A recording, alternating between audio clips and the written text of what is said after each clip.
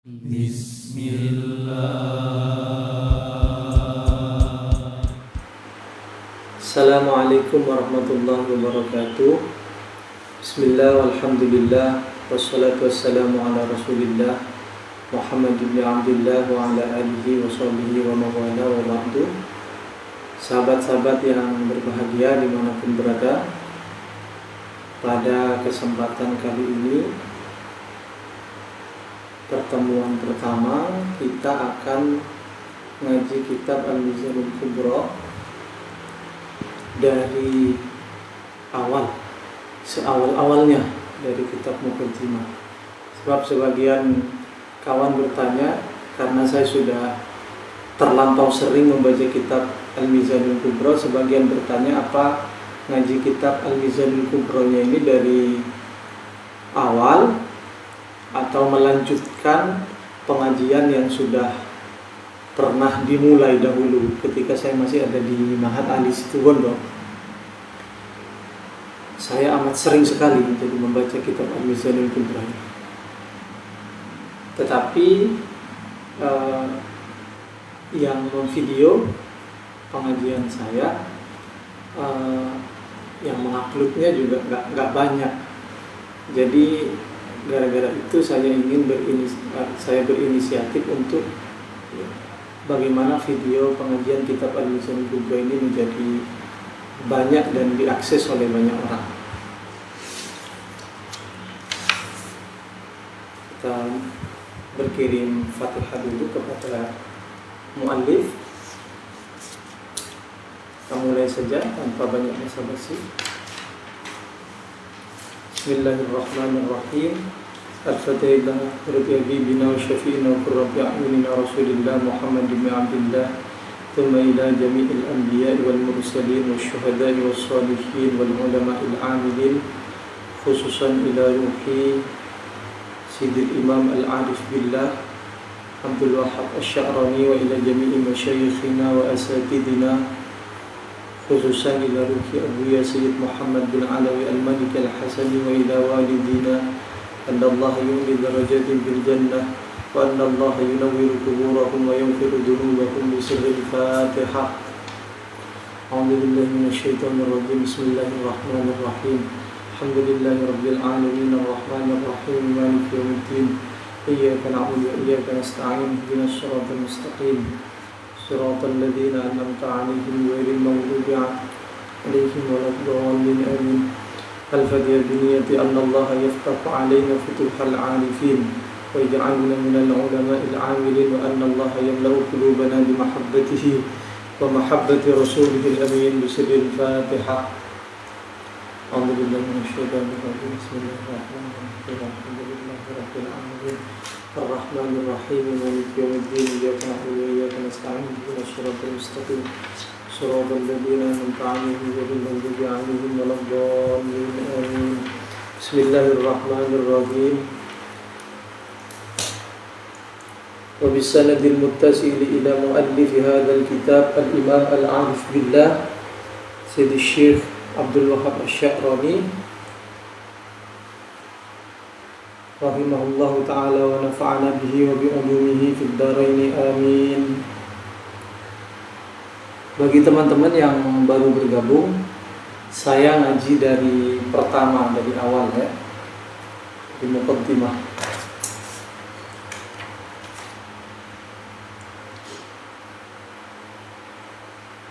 Jadi mungkin bagi teman-teman yang nggak tahu, kitab Al-Mizanul Kubra ini adalah kitab yang ditulis oleh Syekh Abdul Wahab Asy-Sya'rani. Siapa Syekh Abdul Wahab Asy-Sya'rani? Syekh Abdul Wahab Asy-Sya'rani ini ulama yang hidup sekitar abad 9, di sekitar abad 9. Jadi dia lahir pada tahun 898 Hijriah.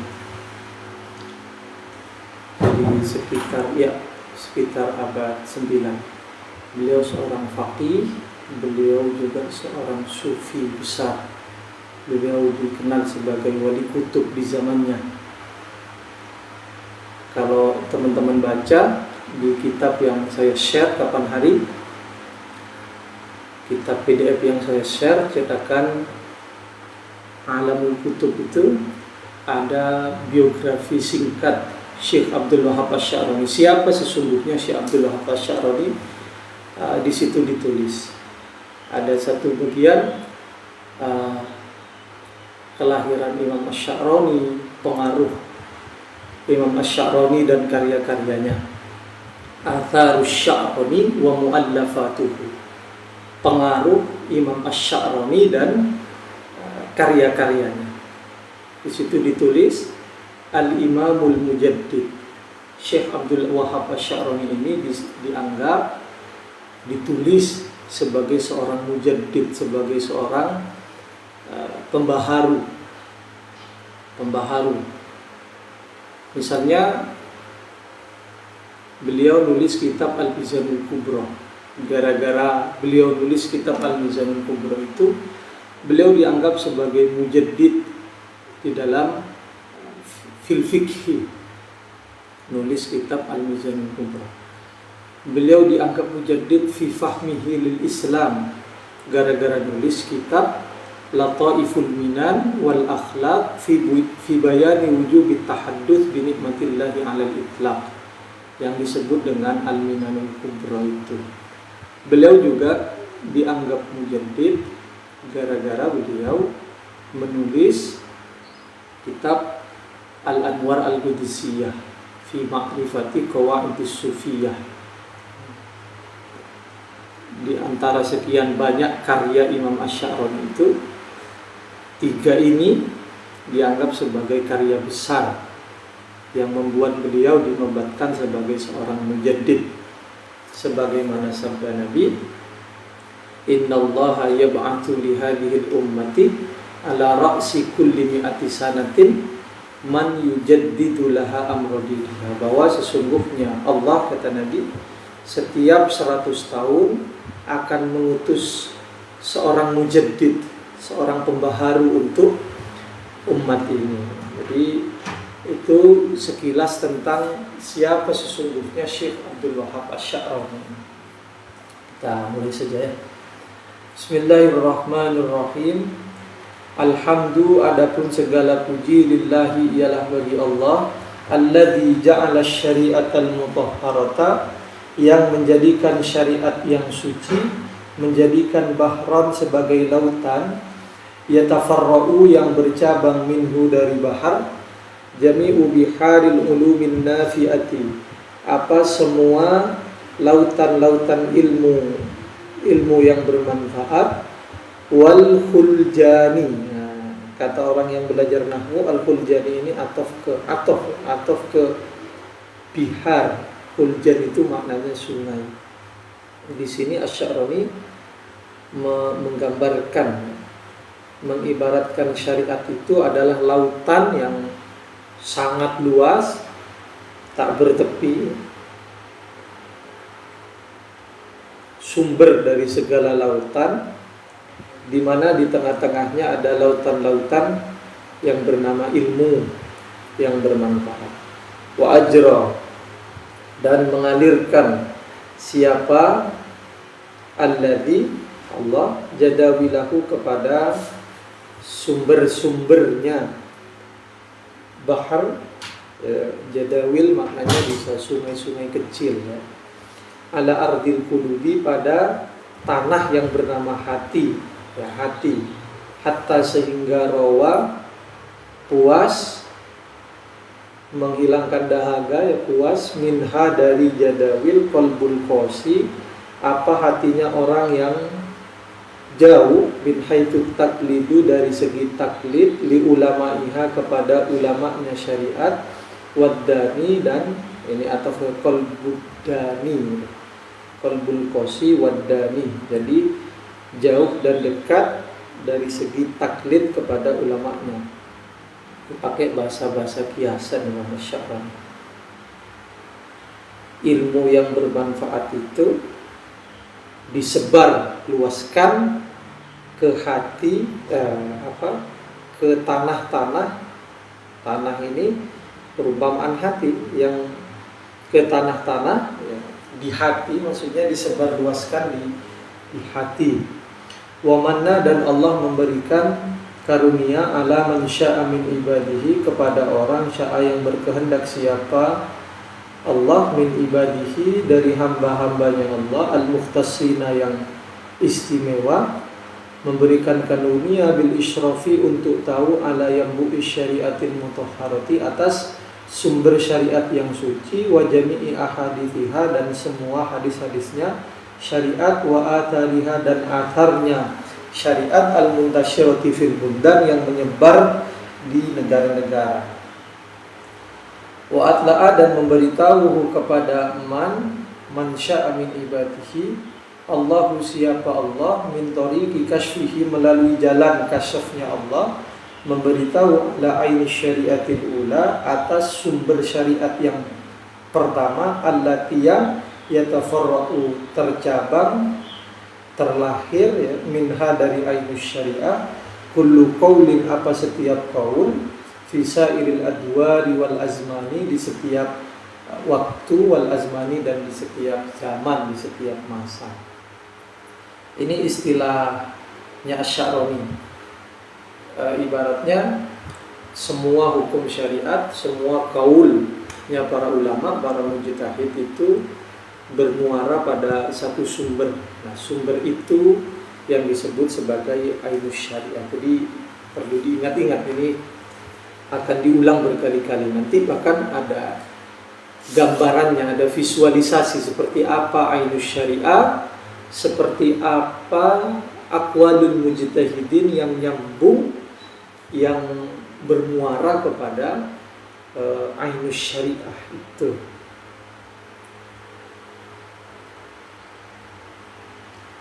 Fa'aqarra, kemudian mengakui siapa man. Jadi man yang dimaksud ini adalah orang yang diberi karunia oleh Allah untuk melihat ainus syariah secara langsung. Nah, orang yang melihat ainus syariah secara langsung ini bukan orang sembarangan. Sudah barang tentu dia adalah orang istimewa, karena dia sudah bisa melihat ainus syariah secara langsung. Fa'aqarra jami'a aqwalil mujtahidina, dia mengakui semua kaulnya para mujtahid, wa muqallidihim, dan pengikut-pengikutnya mujtahid, bihaqqin, dengan benar, hina ra'at tisalaha, ketika melihat siapa man ittisalaha, kepada bersambungnya aqwal, bi ainis syariati, dengan ainus syariah, min tariqil kasyfi, melalui jalan kasyaf, wal iyani, dan melihat langsung. Kasyaf nggak bisa dijangkau. Kalau kasyaf itu dibuka tabirnya oleh Allah, tabir melihat hal-hal yang tak bisa dilihat oleh mata kepala, itu namanya kasyaf, gampangnya begitu. Jadi dia bisa melihat langsung bagaimana aqwalul mujtahidin dan para pengikutnya itu bersambung langsung kepada ainus syariah.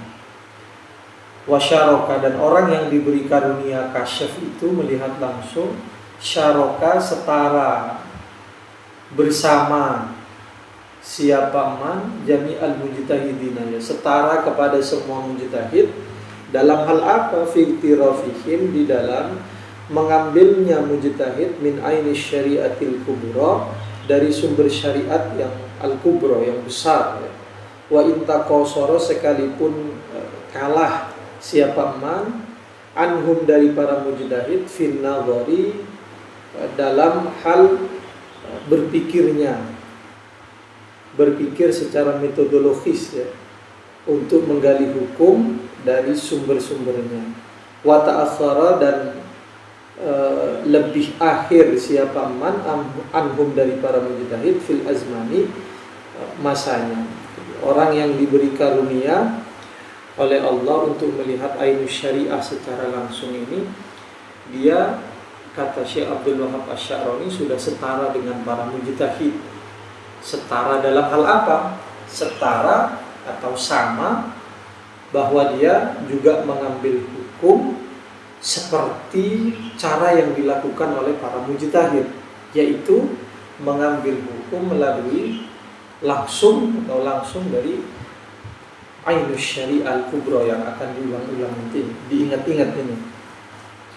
Sekalipun secara kepintaran mungkin daya nalarnya kalah jauh dengan para mujtahid. Sebab para mujtahid itu sebagaimana nanti akan dijelaskan, mengambil hukum-hukum syariat itu bukan hanya dengan jalur istidlal. Apa itu istidlal nanti akan saya jelaskan. Tetapi juga menggunakan jalur kasyaf.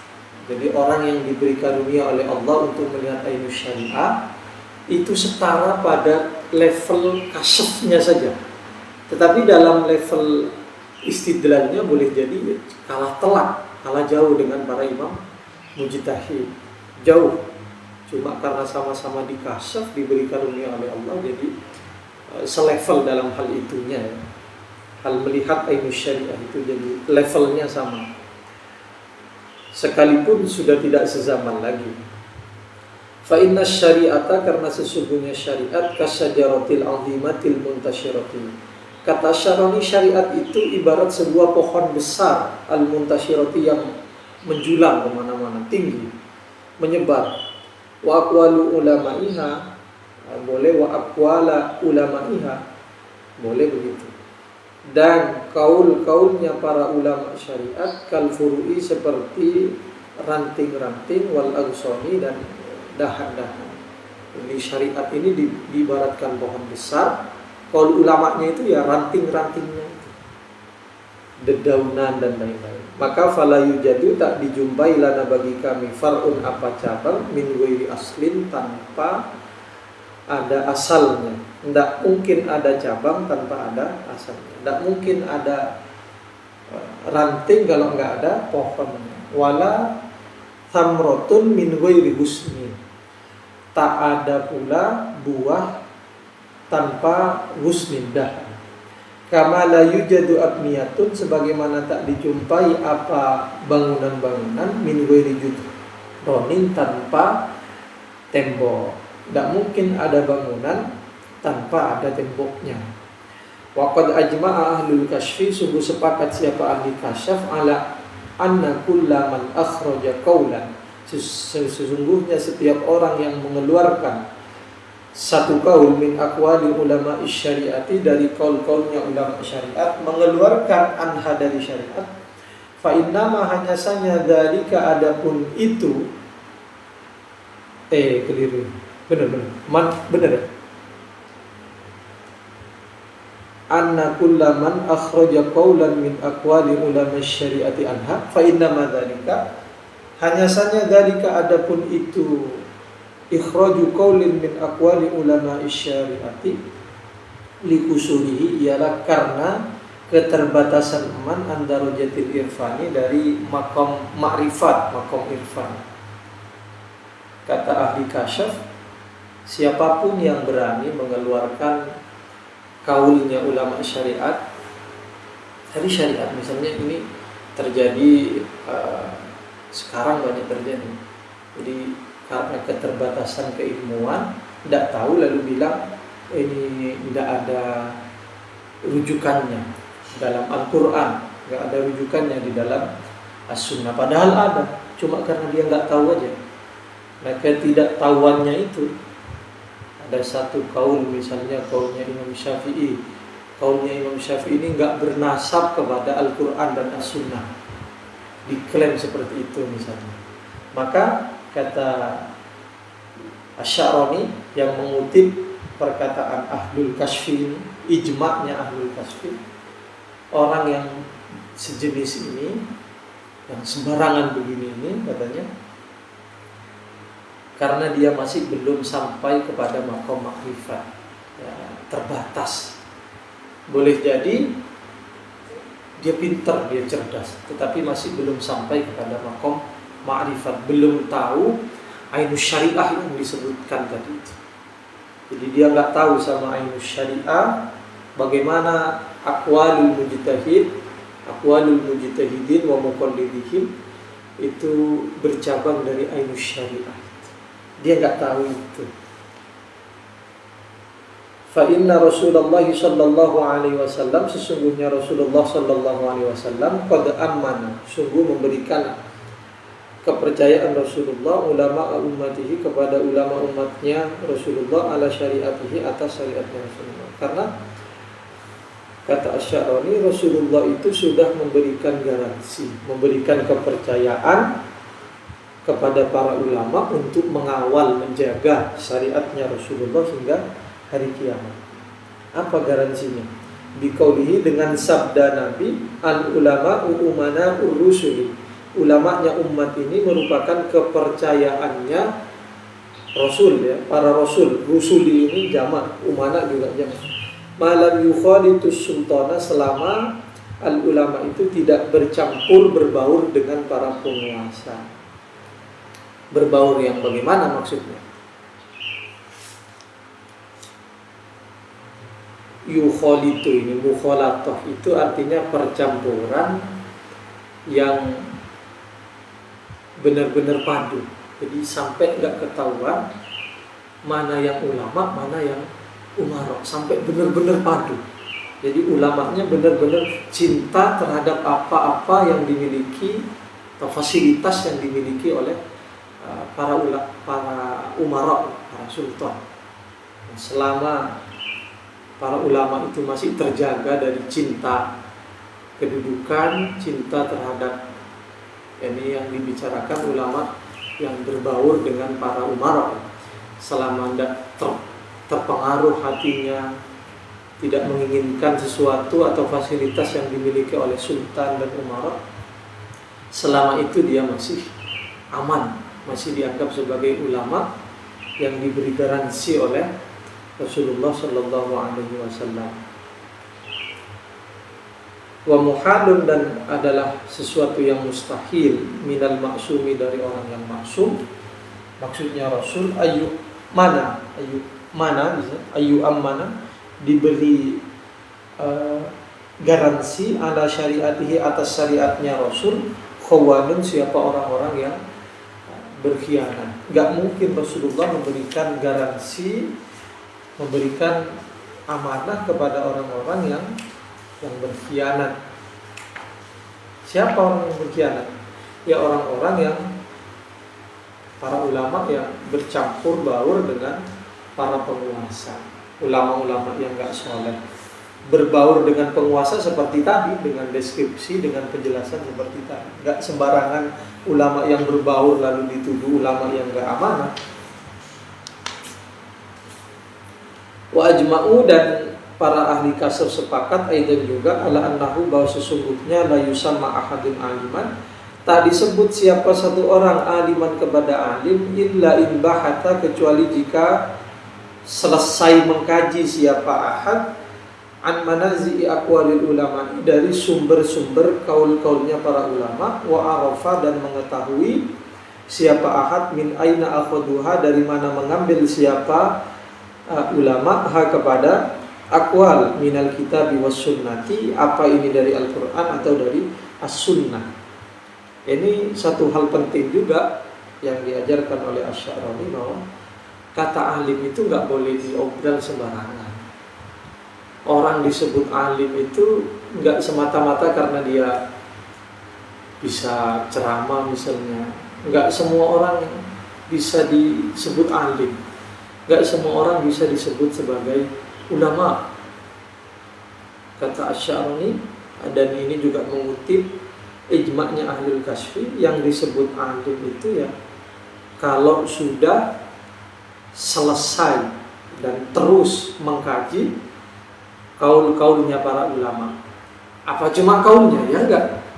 Bukan cuma ngaji kaulnya saja, tetapi dia tahu bagaimana kaul ini diambil dari Alkitab, dari As-Sunnah, dari hadis-hadis Nabi. Di mana rujukannya kaul ini? Dia harus tahu betul, bukan hanya sekedar tahu, tapi tahu betul, mengkaji seserius mungkin. Harus tahu betul. Nah, itu baru bisa disebut sebagai orang alim. Jadi kuncinya la yusamma ahadun aliman illa in bahata an manazi'i aqwalil ulama. Dia sudah mengkaji secara betul, secara serius tentang kaul-kaulnya para ulama. Pijakannya, rujukannya di mana? Ini sumbernya kira-kira di mana? Nah, ini harus serius mengkaji, nggak sembarangan. Nah, untuk mengkaji kaulnya para ulama, dari mana sumbernya dan lain-lain, harus tahu bahasa Arab. Selain itu juga harus tahu kaidah-kaidah istinbatul ahkam minan nusus, menggali hukum dari teksnya secara langsung dari Al-Quran, dari As-Sunnah. Dan itu banyak sekali perangkatnya. Harus ngaji misalnya Al-Qawaid Al-Usuliyah Al-Lughawiyah, kaidah-kaidah usuliyah, kaidah-kaidah usul fikih yang sifatnya kebahasaan. Harus ngaji Al-Qawaid Al-Usuliyah At-Tashriyah, harus tahu betul. Dan pengetahuan-pengetahuan itu benar-benar jadi malaka, jadi rusuh, tertanam betul di dalam hatinya. Jadi nggak sekedar tahu, hafal saja, nggak cukup. Jadi alim itu susah betulan, betul-betul susah. Dan mengetahui usul fikih itu masih salah satu perangkat dari sekian banyak perangkat untuk mengetahui manazi aqwalil ulama. Masih satu bagian kecil untuk tahu bagaimana para ulama melakukan istinbatul ahkami minan nusus. Itu masih satu bagian kecil.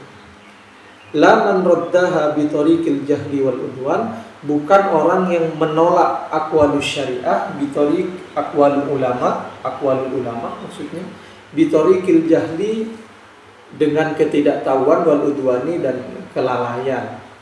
Wa anna kullaman radda qaulan min aqwali ulama'iha, sesungguhnya setiap orang yang menolak satu kaul dari kaulnya para ulama syariat, wa akhraja, dan mengeluarkan siapa kulhu kepada kaul anha dari syariat, faka'annahu, maka seakan-akan kul yunadi, memanggil siapa kul ala nafsihi, atas dirinya kul bil jahli, dengan bodoh. Jadi siapapun, kata Syaroni ini keras sekali, siapapun orang yang mengatakan bahwa satu kaulnya para ulama itu keluar dari jalur syariat, maka sama saja dia mengatakan bahwa dirinya bodoh.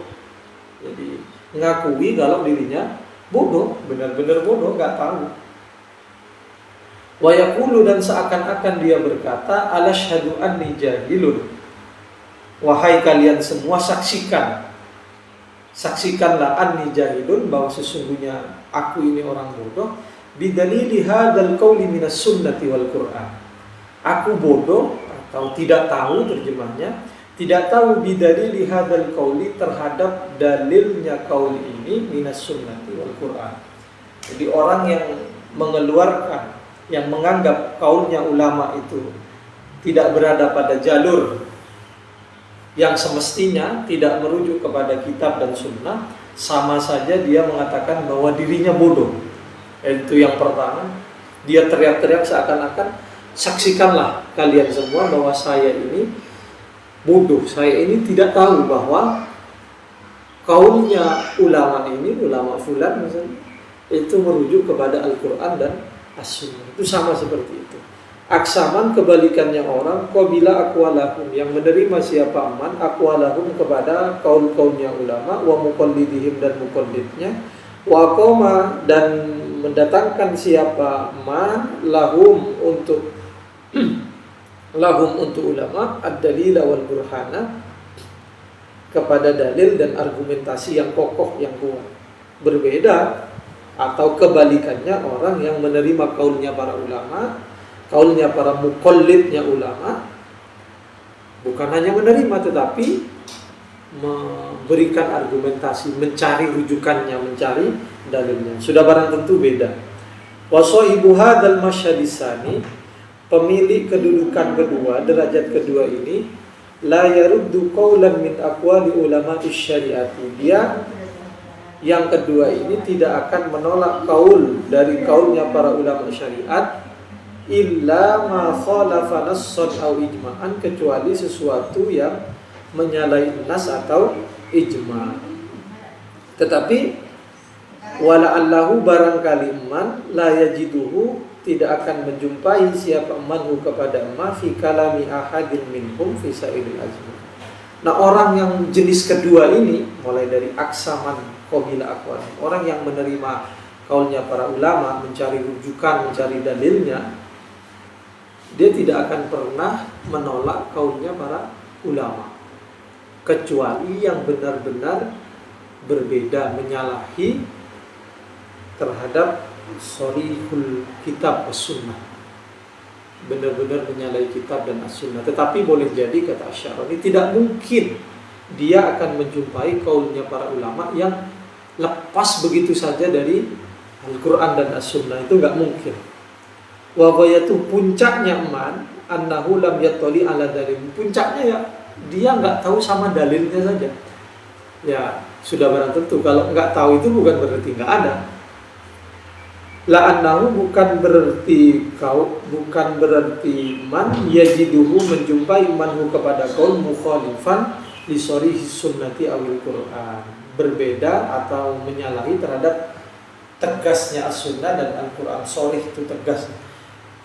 Lalu kata Asy-Sya'rani, wa man naza'ana fi dzalika, barang siapa yang menentang kami fi dzalika di dalam hal itu, falyati lana, maka datangkan untuk kami, kata Asy-Sya'rani, biqaulin, satu qaul min aqwalihim, dari qaul-qaulnya ulama, kharijin yang keluar anha dari syariat. Wa nahnu, dan kami, naruddu akan menolak kami, ala sahibihi, atas sahibnya qaul, kama naruddu ala man khalafa qawaidash syariati, sebagaimana menolak orang yang menyalahi kaidah syariah bi audhahi dalilin wa burhanin, dengan dalil yang paling jelas dan argumentasi yang amat sangat jelas. Kalau memang benar ada, coba datangkan kepada saya. Yang ngomong itu datangkan kepada saya. Mana yang benar-benar keluar dari Alkitab dan As-Sunnah? Ada nggak kaumnya? Kalau benar, datangkan kepada saya. Nanti akan saya bantah orang itu, kata Syarah.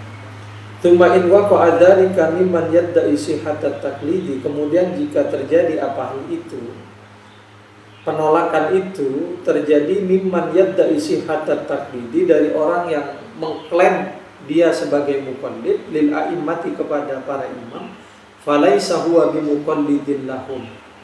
Kalau penolakan itu terjadi kepada atau dilakukan oleh orang yang mengklaim dirinya sebagai seorang muqallid, maka sejatinya dia bukan muqallidnya para imam, bukan. Fidzalika, dalam hal itu, wa innama huwa muqallidun li hawa wa syaitani. Dalam hal ini dia muqallid taklid, ikut kepada hawa nafsunya, ikut kepada syaitan. Fa inna tiqadana, karena sesungguhnya keyakinan kami, fi jami'il a'immati, pada semua imam, anna ahadahum, ialah sesungguhnya salah satu mereka imam, la yaqulu qaulan, tidak akan berkata, tidak akan mengeluarkan satu qaul, illa ba'da nadharihi, kecuali setelah merenunginya ahad, mengkajinya ahad, fid dalil wal burhan, pada dalil dan burhan, argumentasi.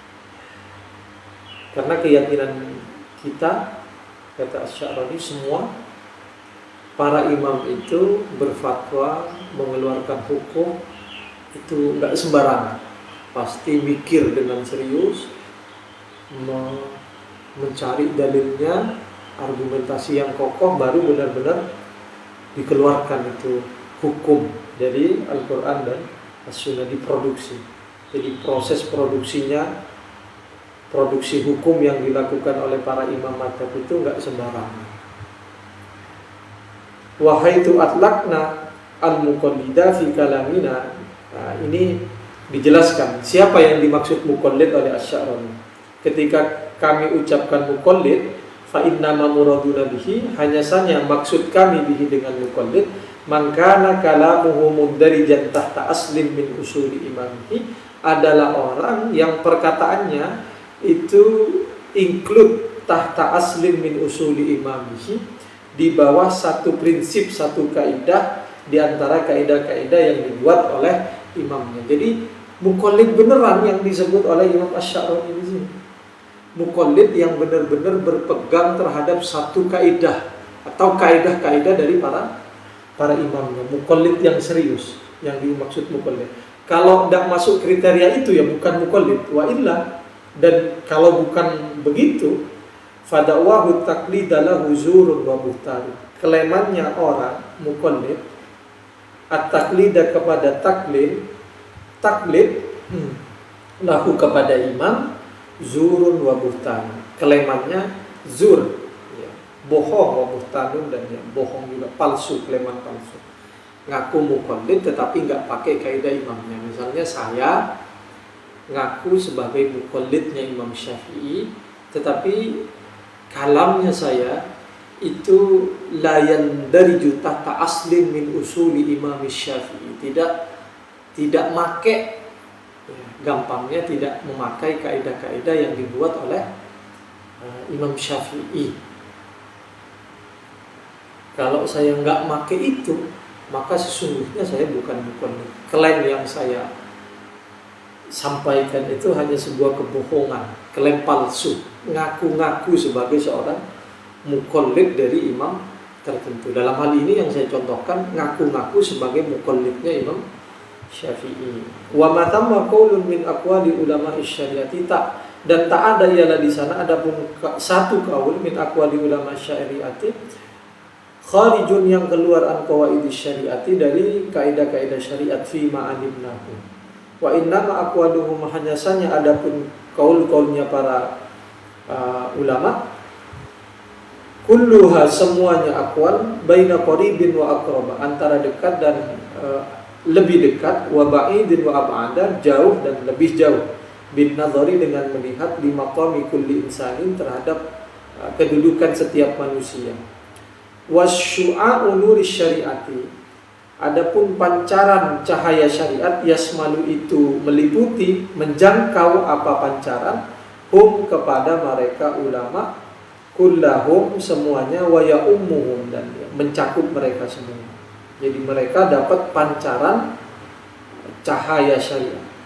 Enggak ada kaulnya para ulama yang lepas dari kaidah syariat, itu enggak ada. Benar-benar enggak ada.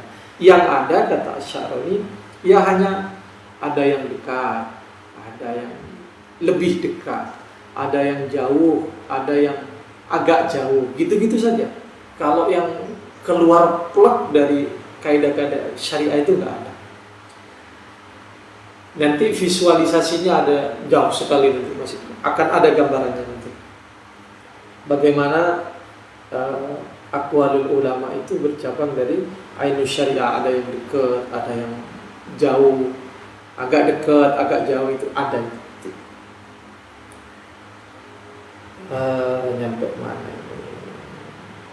Wa intafawatu, sekalipun berbeda siapa mereka, bin nadhari, dengan melihat limaqamil Islam wal iman wal ihsan, terhadap makam keislaman, keimanan, dan ihsannya. Kalau kita baca hadis Jibril itu yang panjang itu, yang cerita tentang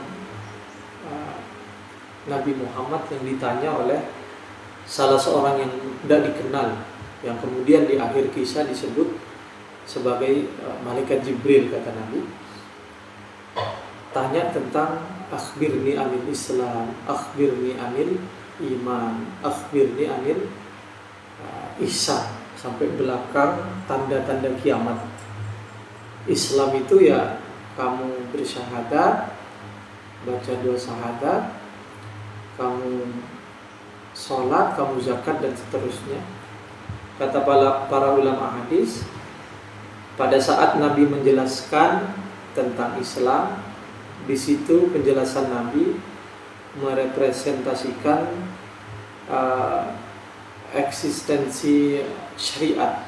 Syariat dalam makna sempit yaitu fikih. Sedangkan ketika Nabi menjelaskan soal apa itu iman, akhbirni anil iman, iman itu beriman kepada, engkau beriman kepada Allah, engkau beriman kepada malaikat Allah, dan seterusnya. Nah, itu representasi dari ilmu akidah, keyakinan. Nah, ihsan itu representasi dari ilmu tasawuf. Ihsan itu apa? Ihsan itu anta'budallaha ka'annaka tara. Fa in lam takun tarahu fa innahu yaraka. Anta'budallaha ka'annaka tara, engkau menyembah Allah seakan-akan engkau melihatnya. Ini makna yang biasa. Fa in lam takun tarahu, kalau kamu tidak melihat Allah, fa innahu yaraka, maka Allah yang melihat. Ini gampang. Tetapi Syekh Said Ramadan Al-Quti di dalam Syarah Al-Hikam punya definisi atau cara pandang yang berbeda. Definisinya sama tetapi cara pandang yang berbeda tentang ihsan itu. Jadi ihsan cara bacanya begini: anta'budallaha ka'annaka tarahu, engkau menyembah Allah ka'annaka tarahu, seakan-akan engkau melihat Allah. Fa illam takun, nah kalau kamu seakan-akan melihat Allah, fa illam takun, kalau kamu sudah tidak ada, kamu sudah fana dengan dunia ini, benar-benar fana, hilang semua pikiranmu dengan dunia ini. Fa illam takun, kalau kamu sudah ada, fa innahu yaraka, maka akan terjadi saling pandang, saling lihat. Fa illam takun, keliru. Fa illam takun tarahu.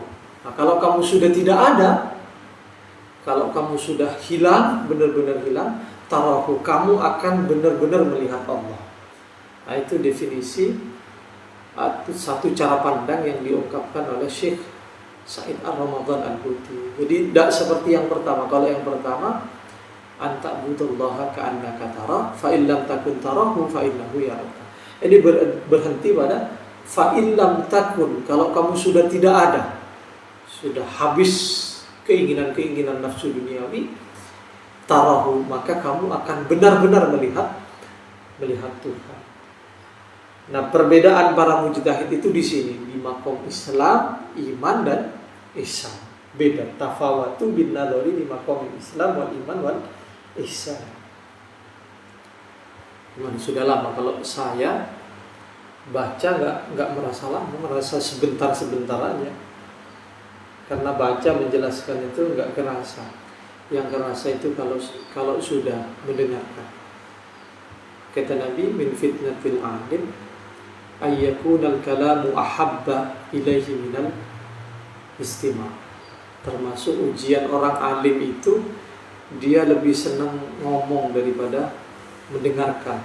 Ini satu ujian. Kalau ngomong gak kerasa, walaupun 1 jam gak kerasa. Tapi kalau dengerin, boro-boro 1 jam, 5 menit aja, itu sudah posisinya sudah dirubah-rubah sudah.